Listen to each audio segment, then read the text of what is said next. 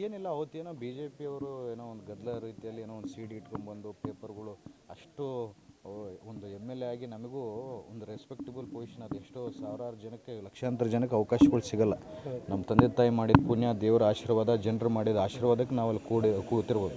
6.5 ಕೋಟಿ ಜನ ನಮ್ಮ ಪಾಪ್ಯುಲೇಷನ್ ಇರೋ ಕರ್ನಾಟಕದಲ್ಲಿ 224 ಜನ ಕೂಡ್ತೀವಲ್ಲ ಅಂತಂದರೆ ಎಷ್ಟೋ ವಿಶ್ವಾಸ ನಮ್ಮ ಮೇಲೆ ಜನ ಇಟ್ಟು ನಮ್ಮನ್ನು ಅಲ್ಲಿ ಕೂಡಿಸಿರ್ತಾರೆ. ಇವಾಗ ರಾಜಕಾರಣ ಅಂತಂದರೆ ಯುವಕರು ಇವರೆಲ್ಲರೂ ಬೇಡಪ್ಪ ರಾಜಕಾರಣ ಅಂದರೆ ಉಳಿಸಂತೆ ಅನ್ನೋ ಪರಿಸ್ಥಿತಿ ಇವತ್ತು ಬಂದಿದೆ. ಮೊನ್ನೆ ಅವ್ರು ಮಾಡೋದು ನೋಡಿ ನನಗೂ ಆ ರೀತಿಯಲ್ಲಿ ಅನ್ನಿಸ್ತು, ಏನಪ್ಪ ಈ ಥರ ಮಾಡಿದ್ರೆ. ಒಂದು MLA ಅಂದರೆ ಒಂದು ರೆಸ್ಪೆಕ್ಟಬಲ್ ಪೊಸಿಷನು, ನಾವು ಟೀಕೆ ಮಾಡಬೇಕು, ಆ ಪೊಸಿಷನ್ ಮೇಲೆ ಟೀಕೆ ಮಾಡಬೇಕು. ಅದು ಯಾವ ರೀತಿಯಲ್ಲಿ ಯಾವ ಫೋರಮಲ್ಲಿ ಟೈಮ್ ತೊಗೊಂಡು ಸ್ಪೀಕರ್ ಅವ್ರು ಅಷ್ಟೆಲ್ಲ ಟೈಮ್ ಕೊಟ್ಟಾಗ ಟೀಕೆ ಮಾಡಬೇಕು ಹೊರತು ಸ್ಪೀಕರ್ ಪೋಡಿಯಮ್ಗೆ ಹತ್ತಿ ಪೇಪರ್ಗಳು ಚೆಲ್ಲಿ.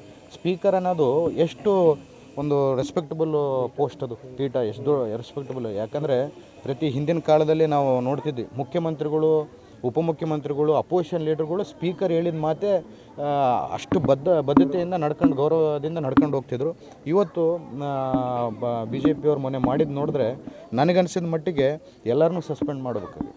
ಇನ್ನು 15 ಜನನ ಸಸ್ಪೆಂಡ್ ಮಾಡಿದರೆ ನಾವು 1 ವರ್ಷಕ್ಕೆ ಸಸ್ಪೆಂಡ್ ಮಾಡ್ತಾರೆ ನಾನು ಅನ್ಕೊಂಡಿದ್ದೆ. ಆ ವರ್ತನೆ ನೋಡಿ ಇನ್ನು ನಮ್ಮ ಸ್ಪೀಕರ್ ಅವರು ಒಂದು 6 ತಿಂಗಳಿಗೆ ಸಸ್ಪೆನ್ಷನ್ ಮಾಡಿದ್ದಾರೆ. ಅದು ಅವರು ಇಲ್ಲ ಅವರು ಯಾವತ್ತೂ ಭಾವುಕರಾಗವ್ರಲ್ಲ. CM ಅವ್ರು ಕುಂತಿದ್ರು, ಅವರು ಏನು ನಡೀತಿದೆ ನೋಡ್ತಿದ್ರು. ಆ BJP ಅವ್ರು ಮಾಡೋದೆಲ್ಲ ನೋಡಿ ಅವರು ಎಂತೆಂಥ ಹೋರಾಟಗಳು ಮಾಡ್ಕೊಂಬಂದಿದ್ದಾರೆ. ಇವಕ್ಕೆಲ್ಲ CM ಅವರು ಯಾವತ್ತೂ ಭಾವುಕರಾಗವ್ರಲ್ಲ. ಅವ್ರು ಏನು ಇಲ್ಲದ ಮನುಷ್ಯ ಇವತ್ತು ರಾಜ್ಯದ 2ನೇ ಬಾರಿ ಮುಖ್ಯಮಂತ್ರಿ ಆಗ್ತಾನೆ ಅಂದರೆ ಇಂಥವು ಸಾವಿರಾರಲ್ಲ ಲಕ್ಷಾಂತರ ಸಿಚುವೇಶನ್ಗಳು. ಶಾಸಕರು ಅವ್ರ ಜೊತೆ ಸುತ್ತಲೂ ಕೋಟೆ ನಿಂತ್ಕೊಂಡ್ರು. ಅವ್ರು ನಮ್ಮ ಲೀಡ್ರು. ಈಗ ನಮ್ಮ ಲೀಡ್ರಿಗೆ ಯಾರನ್ನ ಈ ಥರ ಮಾತಾಡೋಕ್ಕೆ ಬರ್ತಾರೆ ಅಂದಾಗ ನಾವೆಲ್ಲ ನಿಂದಿರ್ಬೇಕು, ನಮ್ಮ ಜವಾಬ್ದಾರಿ. ಅವ್ರನ್ನ ನೋಡಿ ನಮಗೆ ಓಟ್ ಹಾಕಿರೋದು. ನನಗೆ ಅದ್ರ ಬಗ್ಗೆ ಅಷ್ಟು ಮಾಹಿತಿ ಇಲ್ಲ. ಸುಮ್ಮನೆ ನಾನು ಮಾಹಿತಿ ಇಲ್ದಂಗೆ ನಾನು ಮಾತಾಡೋದು ತಪ್ಪಾಗುತ್ತೆ. ಅಲ್ಲ ಸರ್, ಈಗ ನೀವು ಮೊದಲನೇ ಬಾರಿ ಶಾಸಕರಾಗಿದ್ದೀರಿ, ವಿಧಾನಸಭೆಯಲ್ಲಿ ಸದನದಲ್ಲಿ ಎಲ್ಲ ಎಕ್ಸ್ಪೀರಿಯನ್ಸ್ಗಳು ನಿಮಗೂ ಆಗಿದೆ. ಈಗ ಪ್ರಸ್ತುತ ರಾಜಕೀಯ ನೋಡಿದರೆ ಬರೀ ಇವರು ಆರೋಪದಲ್ಲೇ ಕಾಲ ಕಳೆದು ಅದೆಲ್ಲ ನೋಡಿದರೆ ಏನನ್ಸುತ್ತೆ ಸರ್? ನೀವು ಮೊದಲನೇ ಸಾರಿ ಶಾಸಕರು ಇವರೆಲ್ಲ ಅಂದರೆ ಕೀಳು ಮಟ್ಟದಲ್ಲಿ ನೋಡಿ, ನಮಗೆ ಫಸ್ಟ್ ಟೈಮರ್ಸ್ಗೆ ಭಾಳಷ್ಟು ಮಂದಿಗೆ ಮಾತಾಡಬೇಕು, ನಮ್ಮ ಕ್ಷೇತ್ರದ ಸಮಸ್ಯೆಗಳು ತಿಳಿಸ್ಕೋಬೇಕಂತೇಳಿ ನಾವು ಎಷ್ಟೋ ಆಸೆಗಳು ಇಟ್ಕೊಂಡು ಹೋಗಿರ್ತೀವಿ.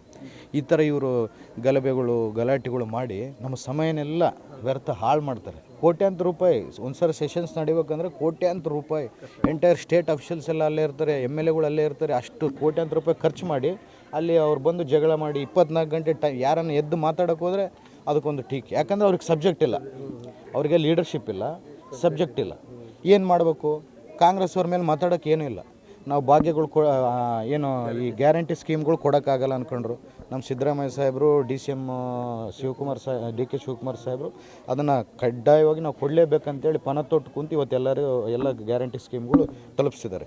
ಬೇರೆ ರಾಜ್ಯಗಳಲ್ಲಿ ಏನು ಅನೌನ್ಸ್ ಮಾಡಿದ್ರು ಅದು ಸರಿಯಾಗಿ ಆಗ್ತಿದೆಯೋ ಇಲ್ಲೋ ಗೊತ್ತಿಲ್ಲ. ಕರ್ನಾಟಕ ರಾಜ್ಯದಲ್ಲಿ ಮಾತ್ರ ಆಗ್ತಿದೆ. ಅವ್ರು ಇವನ್ನೆಲ್ಲ ಇನ್ನು ಅದ್ರ ಬಿಟ್ಟು ಡೆವಲಪ್ಮೆಂಟ್ ಓರಿಯೆಂಟೆಡ್ ಕೆಲಸಗಳು ಕೂಡ ನಮ್ಮ DCM ಆಗಿರ್ಬೋದು, ಸಿದ್ದರಾಮಯ್ಯ ಸಾಹೇಬರಾಗಿರ್ಬೋದು, ಅದಕ್ಕೆ ಕೂಡ ನಿಮ್ಗೆ ಎಷ್ಟು ಫಂಡ್ ಬೇಕಪ್ಪ ತೊಗೊಂಡೋಗ್ರಿ ಅಂತೇಳಿ ನಮಗೆ MLAಗಳೆಲ್ಲ ಉತ್ಸಾಹ ತುಂಬಿಸ್ತಾರೆ. ಮೊನ್ನೆ CLP ಮೀಟಿಂಗಲ್ಲಿ ಕೂಡ ಎಲ್ಲರಿಗೂ ಈ ಬಡ್ಜೆಟ್ ಆಗಿದ ತಕ್ಷಣ ಏಪ್ರಿಲ್ 1ನೇ ತಾರೀಕು ಬಡ್ಜೆಟ್ ಅಪ್ರೂವಲ್ ಆಗಿದ ತಕ್ಷಣ ಫಂಡ್ಸ್ ಏನೇನು ಬೇಕು ನೀವೆಲ್ಲ ಒಂದು ಲಿಸ್ಟ್ ತೊಗೊಂಬರಿ, ಎಲ್ಲ ಕೊಡ್ತೀವಿ ಅಂದಿದ್ದಕ್ಕೋಸ್ಕರ BJP ಅವ್ರಿಗೆ ಏನಾಗ್ಬಿಡ್ತು, ಫಂಡ್ಸು ಬರ್ತಿದೆ, ಗ್ಯಾರಂಟಿ ಸ್ಕೀಮ್ಸು ಬರ್ತಿದೆ. ಮೊನ್ನೆ ಬೈ ಎಲೆಕ್ಷನಲ್ಲಿ 3 ಸೀಟ್ ಗೆದ್ದುಬಿಟ್ರು. ಇಷ್ಟೆಲ್ಲ ಜನಪ್ರಿಯತೆ ಕಾಂಗ್ರೆಸ್ ಗಳಿಸ್ತಿದೆ. ನಾವು ಇನ್ನೊಂದು ಮುಂದಿನ ಬಾರಿ ಕೂಡ ಸರ್ಕಾರ ಬರಲ್ಲ ಅಂತೇಳಿ ಅವ್ರಿಗೆ ಖಚಿತ ಆಗಿಬಿಡ್ತು. ಖಚಿತ ಆದಮೇಲೆ ಏನು ಮಾಡಬೇಕು? ಮೇಲೆ ಹೈಕಮಾಂಡಿಂದ ಅವ್ರಿಗೆ ಪ್ರೆಷರು, ನಿಮಗೇನು ಯಾವುದು ಸಿಗ್ತಾಯಿಲ್ಲ, ನಿಮಗೇನು ಯಾವುದು ಇಶ್ಯೂ ಸಿಗ್ತಾಯಿಲ್ಲ, ಯಾವುದನ್ನು ಇಶ್ಯೂ ಹುಡುಕ್ರಿ ಅಂತೇಳಿ ಅವ್ರಿಗೆ ಪ್ರೆಷರು. ಅವ್ರ ಪ್ರೆಷರಿಂದ ಇವರು ಯಾವುದ್ಯಾವುದೋ ಸಣ್ಣ ಪುಟ್ಟವೆಲ್ಲ ತೊಗೊಂಡು ಇಶ್ಯೂ ಮಾಡ್ಕೊಂಡು ಹೋಗ್ತೀವಿ. ಸರಿ, ಬಜೆಟ್ನಲ್ಲಿ ಬಳ್ಳಾರಿಗೆ ಏನೂ ಕೊಡಲಿಲ್ಲ, ಕೇವಲ ಚಿಪ್ ಮಾತ್ರ ಕೊಟ್ಟಿದ್ದಾರೆ ಅಂತೇಳಿ BJP ಅವರು ಒಂದು ಸೋಷಿಯಲ್ ಮೀಡಿಯಾದಲ್ಲಿ ಅಭಿಯಾನ ಮಾಡ್ತಾ ಇದ್ದಾರೆ. ಎಲ್ಲ BJP ಅವ್ರಿಗೆ ಅಂಕಿಅಂಶಗಳು ಗೊತ್ತಿದ್ದರೆ ಅದು ಬೇರೆ ವಿಚಾರ. ಅಂಕಿಅಂಶಗಳು ಗೊತ್ತಿಲ್ಲದವ್ರಾಗ ನಾವೇನು ಮಾತಾಡೋಕ್ಕಾಗುತ್ತೆ? ಬಡ್ಜೆಟಲ್ಲಿ ಯಾಕೆ ಬರಲಿಲ್ಲ ಅಂತಂದರೆ ಬಡ್ಜೆಟ್ಗೆ ಮುಂಚೆನೇ ನಾವು ಸ್ಯಾಂಕ್ಷನ್ಗಳು ಮಾಡಿಸ್ಕೊಂಡಿದ್ದೀವಲ್ಲ.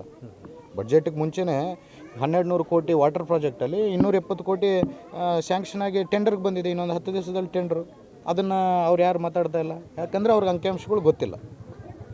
ಇನ್ನು ಮೊನ್ನೆ ತಾರನಾಥ್ ಹಾಸ್ಪಿಟ್ಲಿಗೆ 30 ಕೋಟಿ ಬಂತು, ಮತ್ತು ಡಿಸ್ಟಿಕ್ ಹಾಸ್ಪಿಟ್ಲಿಗೆ 150 ಕೋಟಿಯಿಂದ ಡೆವಲಪ್ಮೆಂಟ್ ಮಾಡ್ತಿದ್ದೀವಿ. ಅದು ದುಡ್ಡು ಸ್ಯಾಂಕ್ಷನ್ ಆಗಿ ಟೆಂಡರ್ ಸ್ಟೇಜಲ್ಲಿದೆ. ರೋಡ್ಗಳಿಗೆ ನಮ್ಮ ಹಳೆ ಕಲ್ಯಾಣದುರ್ಗಂ ರೋಡ್ಗೆ 38 ಕೋಟಿ ರೂಪಾಯಿಂದ ರೋಡನ್ನು ಮಾಡ್ತಿದ್ದೀವಿ. ಇವೆಲ್ಲ ಅಂಕಿಅಂಶಗಳು ಗೊತ್ತಿರಲ್ಲ. ನಾಲೆಡ್ಜ್ ಕಮ್ಮಿ ಇದ್ದವ್ರ ಬಗ್ಗೆ ನಾವು ಮಾತಾಡೋದು ತಪ್ಪಾಗುತ್ತೆ. ಫೋಟೋಗಳು ಹಾಕ್ಬಿಟ್ಟು 5 ಜನ MLAಗಳಿಗೆ ಕೈಯಲ್ಲಿ ಚಿಪ್ಪನ್ನು ಕೊಟ್ಟು ಆ ಫೋಟೋನ ವೈರಲ್ ಮಾಡಿ ಅಭಿಯಾನ ಮಾಡಿ ನೋಡಿ, ಅಂಥವು 1000 ಲಕ್ಷ ಮಾಡಿದ್ರು ನಾನು ತಲೆ ಕೆಡಿಸ್ಕೊಳ್ಳಲ್ಲ. ಯಾಕಂದರೆ ಜನ ನಮ್ಮ ಜೊತೆಗಿದ್ದಾರೆ. ಯಾವ ಟೈಮಲ್ಲಿ ಯಾರ ಕೈಯಾಗಿ ಏನು ಇಡಿಸ್ಬೇಕು ಅನ್ನೋದು ನನಗೂ ಗೊತ್ತಿದೆ, ಅದು ಇಡಿಸ್ತೀನಿ. ಅಂದರೆ ಬಜೆಟ್ಗಿಂತ ಮುಂಚಿತವಾಗಿ ಅನುದಾನ ತೊಗೊಂಡು ಬಂದಿದ್ದೀರಿ ಸರ್? ತೊಗೊಂಡು ಬಂದಿದ್ದೀವಿ. ಲಾ ಕಾಲೇಜ್ ಕೇಳಿದ್ವಿ, ಲಾ ಕಾಲೇಜ್ ಎಲ್ಲ ಸ್ಯಾಂಕ್ಷನ್ಸ್ ಎಲ್ಲ ಆಗಿದ್ದು, ಬಡ್ಜೆಟಲ್ಲಿ ಅನೌನ್ಸ್ಮೆಂಟ್ ಇತ್ತು. ಲಾ ಡಿಪಾರ್ಟ್ಮೆಂಟಿಂದ ನಮ್ಗೆ ಕ್ಲಿಯರೆನ್ಸ್ ಸಿಕ್ಕಿಲ್ಲ. ಅವೆಲ್ಲ ಟೆಕ್ನಿಕಲ್ ಇಶ್ಯೂಸ್ ಇವ್ರಿಗೆಲ್ಲ ಗೊತ್ತಿಲ್ಲದಂಗೆ ಇವ್ರ ಇತಿಹಾಸದಲ್ಲಿ ಒಂದು ಬಳ್ಳಾರಿಗೆ ಲಾ ಕಾಲೇಜ್ ತರಬೇಕಂತೇಳಿ ಇವ್ರಿಗೆ ಯಾವತ್ತಂತ ತಿಳ್ಕೊಂಡಿದ್ರೆ, ಇವ್ರ ಇತಿಹಾಸದಲ್ಲಿ ತಾರನಾಥ್ ಹಾಸ್ಪಿಟ್ಲಿಗೆ 30 ಕೋಟಿ ತರ್ಬೋದು ಅಂತೇಳಿ ಇವ್ರಿಗೆ ಗೊತ್ತಿದ್ದ. ಇವ್ರ ಇತಿಹಾಸದಲ್ಲಿ ಡಿಸ್ಟಿಕ್ ಹಾಸ್ಪಿಟ್ಲಿಗೆ ಅಪ್ಗ್ರೇಡೇಷನ್ಗೆ 150 ಕೋಟಿ 300 ಬೆಡ್ ಅಪ್ಗ್ರೇಡೇಷನ್ ಮಾಡ್ಬೋದು ಅಂತೇಳಿ ಇವ್ರಿಗೆ ಯಾವತ್ತಂತ ಗೊತ್ತಿತ್ತ. ಇವ್ರ ಇತಿಹಾಸದಲ್ಲಿ ರೋಡ್ ಡೆವಲಪ್ಮೆಂಟಿಗೆ ದುಡ್ಡು ತಂದು ದೊಡ್ಡ ರೋಡ್ಗಳು ಆಗ್ಬೇಕಂತ ಗೊತ್ತಿತ್ತ. ಇವ್ರ ಇತಿಹಾಸದಲ್ಲಿ ಎಲ್ಲ ಡೆಮೊಲೇಷನ್ ಮಾಡಿ ದೊಡ್ಡ ಸರ್ಕಲ್ಗಳಾಗಲಿ ಇನ್ನೊಂದು ಮಾಡ್ಬೇಕಂತೇಳಿ ಗೊತ್ತಿತ್ತ. ಇವೇನು ಗೊತ್ತಿರಲ್ಲ, ಸುಮ್ಮನೆ ಯಾರು ಸೋಷಿಯಲ್ ಮೀಡ್ಯಾದಲ್ಲಿ ಇವು ಆಗ್ತಾರಂದರೆ ಜನ ಅವ್ರಿಗೆ ಅವಾಗೆ ಇವತ್ತು ಏನು ಅವ್ರು ಸೋಷಿಯಲ್ ಮೀಡ್ಯಾದಲ್ಲಿ ಮಾಡ್ತಿದ್ದಾರೋ ಜನ ಅವ್ರಿಗೆ ಅವಾಗೆ ಕೊಟ್ಟು ಮನೇಲಿ ಕೂಡಿಸಿದಾರಲ್ಲ.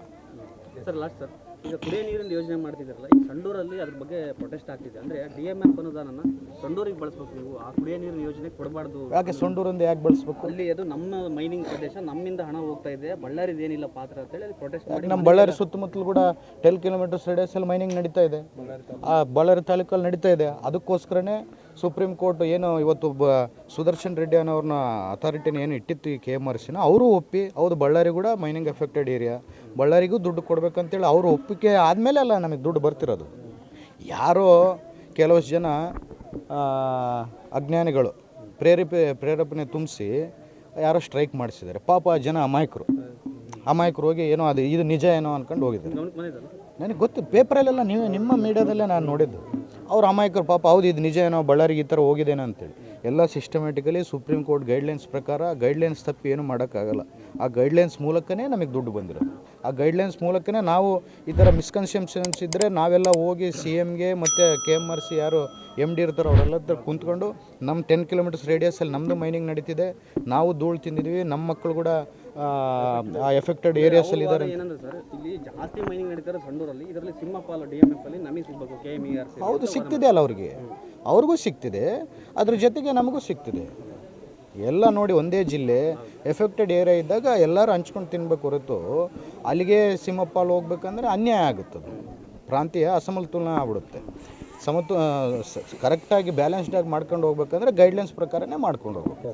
Thank you.